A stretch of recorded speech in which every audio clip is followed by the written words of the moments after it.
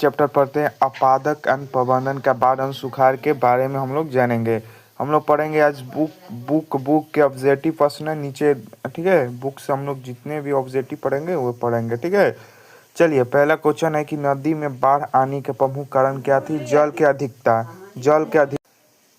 नदियों में बाढ़ आने की अधिक प्रमुख क्या है? तो वो है नदी जल की अधिकता है। दूसरा प्रश्न है कि जब बिहार का कौन सा क्षेत्र बाढ़ग्रस्त क्षेत्र है? तो हम लोग उत्तरी और दक्षिण बिहार उत्तरी भी सबसे ज़्यादा उत्तरी ओर होती है वर्षा, और सबसे कम होती है दक्षिण में। लेकिन आज अभी की फिलहाल की बात किया जाए तो दोनों के अभी चल रहा है। तीसरा प्रश्न, निम्नलिखित में किस नदी के बिहार का शोक कहा गया है? कोसी नदी को क्या कहा गया? कोसी नदी को बिहार का शोक कहा गया है, ठीक है। चौथा प्रश्न के बाढ़ क्या है? तो बाढ़ एक प्राकृतिक आपदा है। बाढ़ क्या है? एक प्राकृतिक आपदा है। नेक्स्ट है कि पांचवा के सुखाड़ में किस प्रकार का आपदा है? तो वह प्राकृतिक आपदा। 6 प्रश्न है कि सूखे की स्थिति किस प्रकार की आती है? अचानक। सूखे की क्या आती है? अचानक आती है।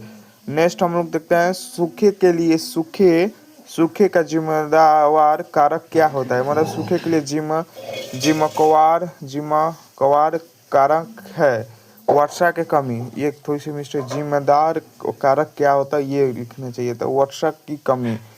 8वां कि सूखे से बचाव का प्रमुख उपाय क्या है?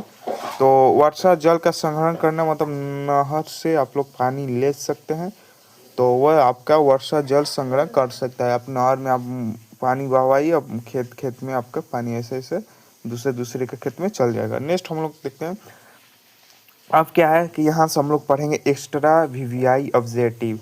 अब हम लोग एक्स्ट्रा वीवीआई पढ़ेंगे।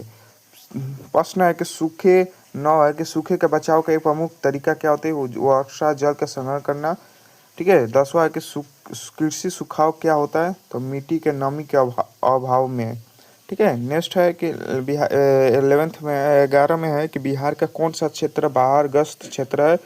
तो उत्तरी बिहार। कह रहे हैं ना बाबू, उत्तरी बिहार में सबसे ज़्यादा वर्षा होती है। कितने वर्षा? बहुत क्या होती है? बहुत वर्षा होती है, ठीक है। नेक्स्ट है कि निम्नलिखित में से कौन सी नदी का बिहार का शो कहा गया? कोसी नदी का, यह रिपीट हुआ है।